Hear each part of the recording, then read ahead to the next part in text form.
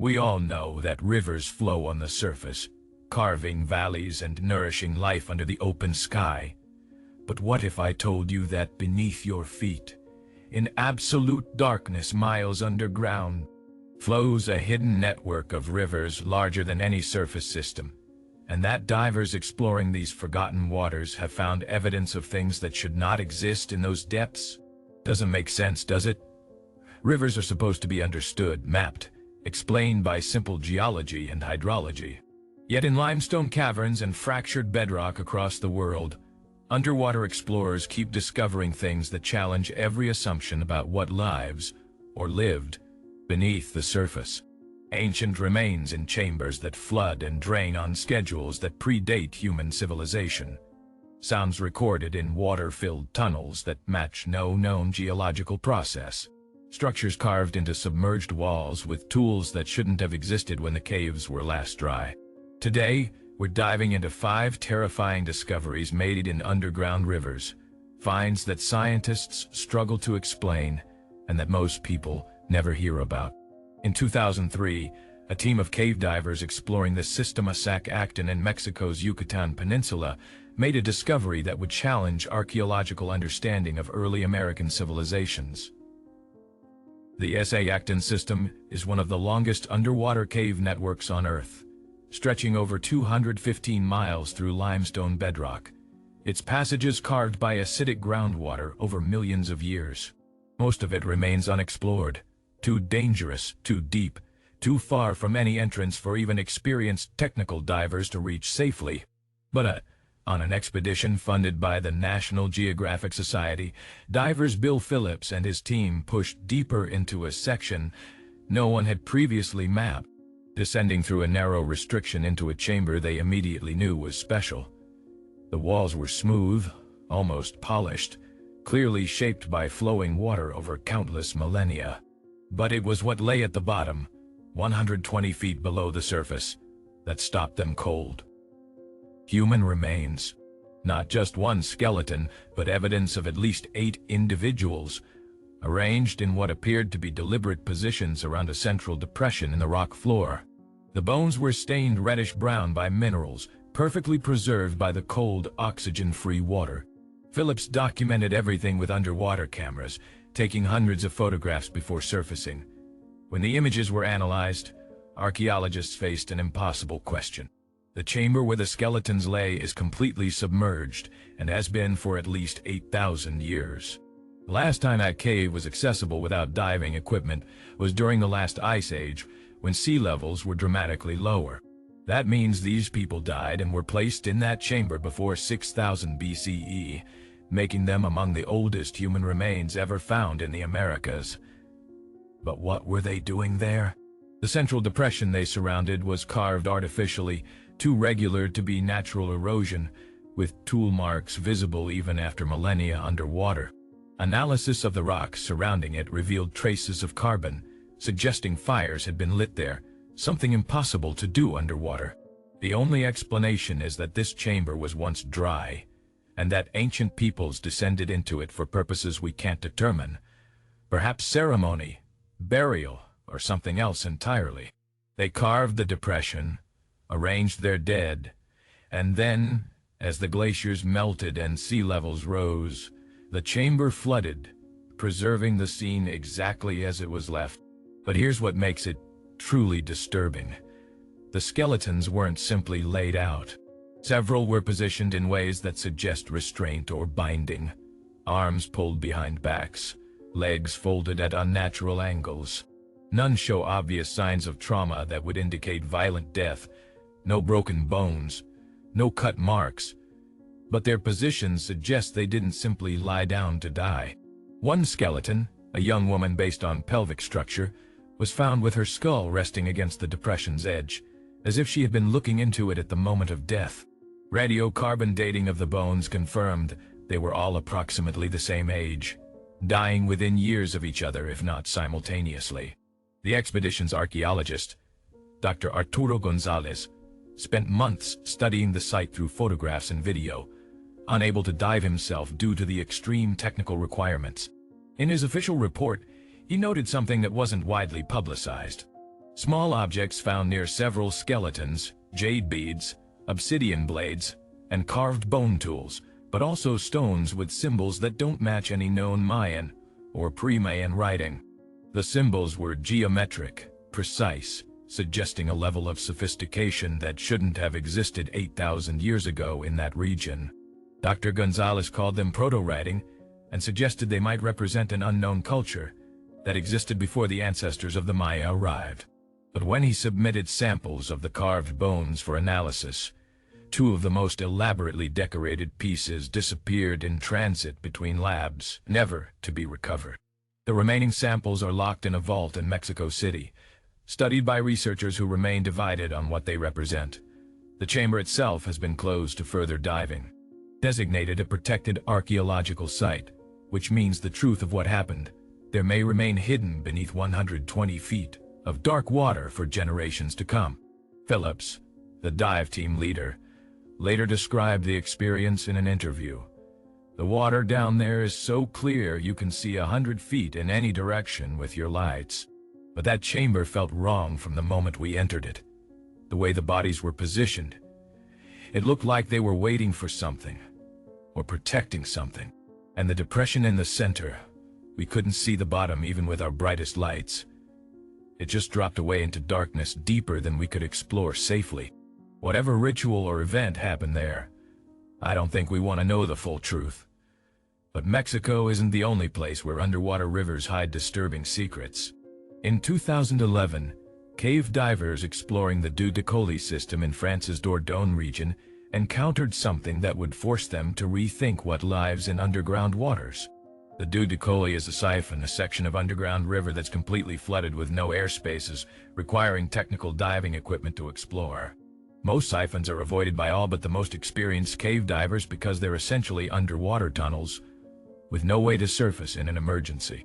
But a team led by British diver Martin Farr decided to push through a particularly challenging section, descending to 180 feet, before the passage leveled off into a horizontal tunnel. About 400 feet into the dive, their lights revealed something unexpected. Fish. Not just one or two, but dozens of them, swimming slowly through the tunnel, each about 6 inches long, pale white with no visible eyes. Blind cave fish aren't unusual. Many underground rivers support unique species adapted to perpetual darkness.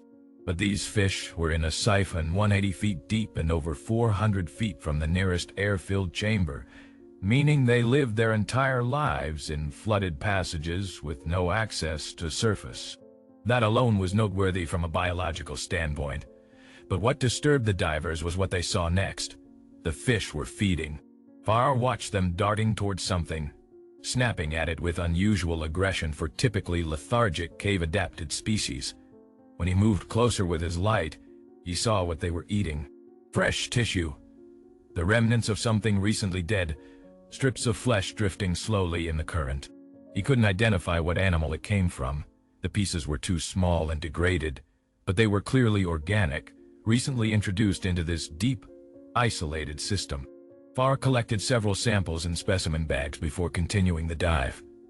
The tunnel opened into a larger chamber, partially flooded with an airspace at the top where the team surfaced to rest. As they floated there, catching their breath, they heard something.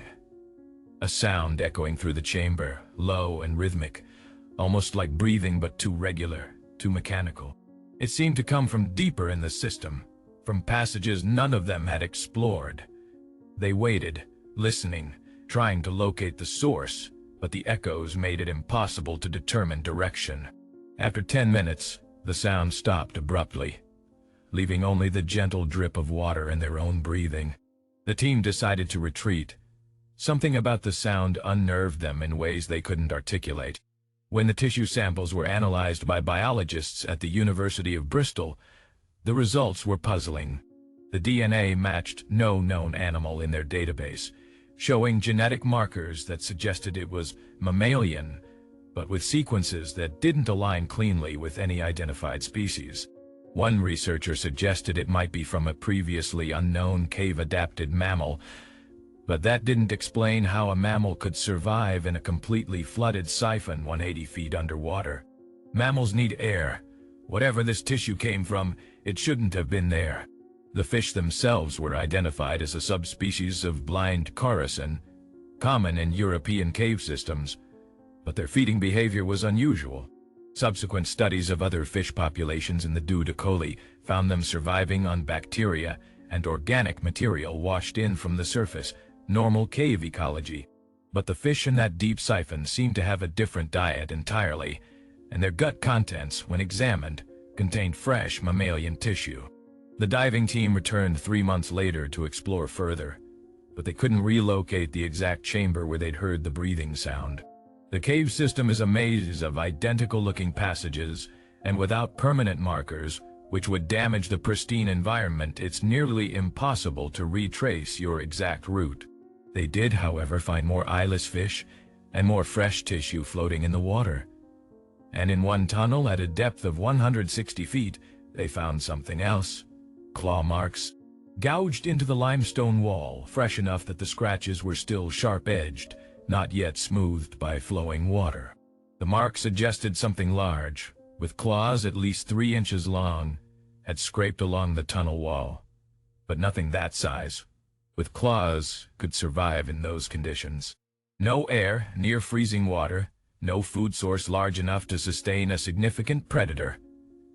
The marks remain unexplained, and the Dudicoli system's deepest sections remain largely unexplored, partly due to technical difficulty and partly because, as Farr later admitted, none of us wanted to find out what made those marks. The fish, the tissue, the sounds, they suggested something living in that system that shouldn't be there, and frankly, we weren't equipped to deal with that reality. On the other side of the world, in the underwater caves of China's Guangxi province, explorers have made discoveries that suggest ancient civilizations knew more about underground rivers than we give them credit for. In 2015, a joint Chinese-American expedition exploring the subterranean network beneath the Stone Forest region found a chamber that changed their understanding of ancient engineering. The chamber, accessible only through a 90-foot dive down a vertical shaft that opened into a horizontal tunnel, was enormous, roughly 200 feet in diameter with a domed ceiling that rose 40 feet above the water's surface. But what made it remarkable wasn't its size, it was the carvings. Every inch of the walls above the waterline was covered in precise geometric patterns, spirals, zigzags, and symbols that resembled no known Chinese script. The carvings were clearly ancient, stained dark by minerals and covered in a thin layer of flowstone, calcium carbonate deposited by dripping water over centuries. But beneath the flowstone, the cuts were clean, made with metal tools judging from the marks and sharpness of the edges. Dating the flowstone layer suggested the carvings were at least 4,000 years old, possibly older, created during a period when the chamber was accessible. The team's archaeologist, Dr. Li Zhang, noted that the carvings followed mathematical proportions, each spiral exactly 1.618 times larger than the one inside it. The golden ratio. Whoever created them understood advanced mathematics, geometry, and had the tools and time to execute this massive project in near total darkness underground. But the carvings weren't the only mystery. At the chamber's lowest point, 20 feet underwater, the divers found a stone platform, perfectly level and rectangular, approximately 10 feet by 15 feet. It was clearly artificial, made from cut blocks that fit together so precisely no mortar was needed. The platform's top surface had 3 circular depressions, each exactly 18 inches in diameter and 6 inches deep, arranged in an equilateral triangle. What were they for? Offering bowls? Mounting points for something long since removed? Dr. Zhang's report speculated they might have held braziers, sources of fire or light during ceremonies, but that doesn't explain how fire was maintained in a chamber that periodically floods. The water level in the cave system fluctuates seasonally, and evidence suggests the chamber floods completely during the monsoon season, something that's been happening for thousands of years. Yet the platform shows no sign of displacement or damage from flooding, suggesting it was anchored or weighted far more substantially than its visible mass would indicate. When the team attempted to take samples from the platform for dating, They found it was impossibly hard. Their diamond-tipped drill bits barely scratched the surface. The stone itself was identified as a form of quartzite, but with a density far higher than normal quartzite, leading some to speculate it had been treated or altered somehow, possibly by heating to extreme temperatures. But quartzite melts at over 1700 degrees Celsius, temperatures that would have been impossible to achieve in an underground chamber 4,000 years ago. Even if you could somehow maintain the heat in a flooded environment. The chamber was mapped, photographed, and documented extensively, but when Dr. Zhang attempted to publish his findings in archaeological journals, he encountered resistance. Peer reviewers called the dating methods into question, suggested the carvings might be modern vandalism despite the flowstone evidence. And ultimately the paper was rejected by 3 major journals before being accepted by a smaller regional publication, where it attracted little attention. Dr. Zhang later wrote to a colleague, "The evidence is there, in stone and water, but the archaeological community isn't ready to accept that ancient peoples were capable of this level of engineering in such hostile environments. It challenges too many assumptions about prehistoric technology and organization." So, the chamber remains a footnote, visited by divers who marvel at it, but lack the academic standing to demand it be studied properly. In 2018, another team attempted to explore the chamber more thoroughly, but they found the entrance shaft partially collapsed, making access impossible without extensive excavation. Whether this was natural or deliberate remains unknown, but as of now, the carved chamber beneath the stone forest remains inaccessible, its secrets preserved in photographs and the memories of the few who saw it. Perhaps even more disturbing than carved chambers or ancient remains are the sounds recorded in underwater caves that have no explanation. In 2009, a team of researchers from the University of Texas studying groundwater flow in the Edwards Aquifer system beneath San Antonio placed hydrophones in several underwater passages to record ambient noise and water movement. Hydrophones pick up vibrations that travel through water, allowing researchers to detect everything from dripping water to distant earthquakes. But in one particular passage, 220 feet below ground and 3 miles from the nearest entrance, the hydrophones recorded something unexpected. At exactly 3:17 a.m. on June 14th, a sound began that lasted for 43 minutes. The recording, later analyzed by acoustics experts, described it as structured vocalization, a series of low-frequency pulses varying in tone and duration, exhibiting patterns that suggest communication rather than random geological noise. In simpler terms, something down there was making sounds that resembled language or signals. The pulses occurred in groups of 3 to 7, with varying intervals between groups, and the frequency ranged between 30 and 80 hertz, well within the range of human hearing if you were present in the water. But no one was. The nearest research team was on the surface, and no divers were scheduled in that section for another week. The sound source appeared to be moving, based on analysis of echoes and reverberation, traveling through the flooded passage at roughly 2 miles per hour. When the team retrieved the hydrophone 3 days later, they found it covered in a thin film of organic material, a biofilm of bacteria and algae, but also something else. Scratches around the mounting bracket as if something had examined it, touched it, tried to move it. The scratches were shallow, made by something rough, not claws or teeth, but the researchers couldn't determine what. When they played the recording publicly at an acoustics conference, several attendees noted that the pulse patterns resembled cetacean communication, the kinds of sounds made by dolphins or whales when echolocating or socializing. But there are no dolphins in the Edwards Aquifer. No whales, no large aquatic mammals of any kind. The system is too restricted, too deep underground, and entirely landlocked hundreds of miles from any ocean. Yet the sound was there, recorded on instruments that don't lie, exhibiting patterns that suggested intelligence, intention, and an awareness of the hydrophone itself. The research team attempted to record additional sounds by placing multiple hydrophones throughout the system, hoping to triangulate the source or capture more examples. But in the following 6 months of monitoring, they recorded nothing unusual. Whatever made those sounds on that June night didn't return, or chose not to be recorded again. The original recording remains archived at the University of Texas, available to researchers but largely forgotten by the general public.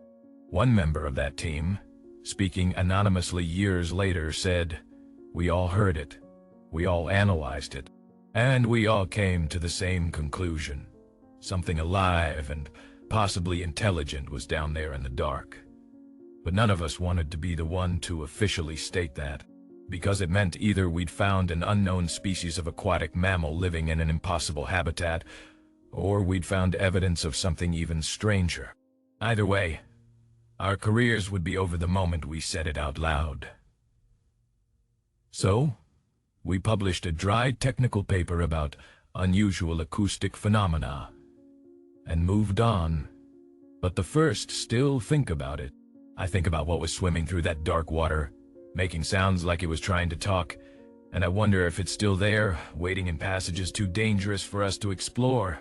These discoveries, scattered across the world in underwater caves and hidden rivers, share common threads. They all suggest that beneath the surface, beyond our sight and understanding, exists a world we've barely begun to explore. Ancient peoples somehow accessed these places, left their mark, and disappeared, leaving questions we can't answer. Unknown species adapt and survive in conditions we thought impossible, challenging our understanding of biology.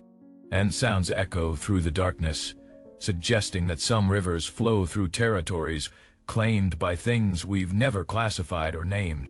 The underground rivers of Earth contain more water than all surface rivers combined, flowing through networks so vast that we've explored less than 1% of them. In that unexplored 99%, in passages too dangerous, too deep, too remote for current technology to reach safely, what else might be hidden? What other chambers hold ancient skeletons in impossible arrangements? What other sounds pulse through the water, resembling language from creatures we've never seen? If you're fascinated by the hidden waters beneath our feet and the mysteries they protect, subscribe to explore more discoveries that science struggles to explain. And perhaps be grateful that most of these underground rivers remain inaccessible, because the more we explore them, the more we realize how little we understand about what shares this planet with us. 5 discoveries in underground rivers that no one talks about. 5 hints that beneath our mapped and measured world flows something ancient, unknown, and perhaps watching from the dark. The water remembers what we've forgotten, and sometimes that's the most terrifying discovery of all.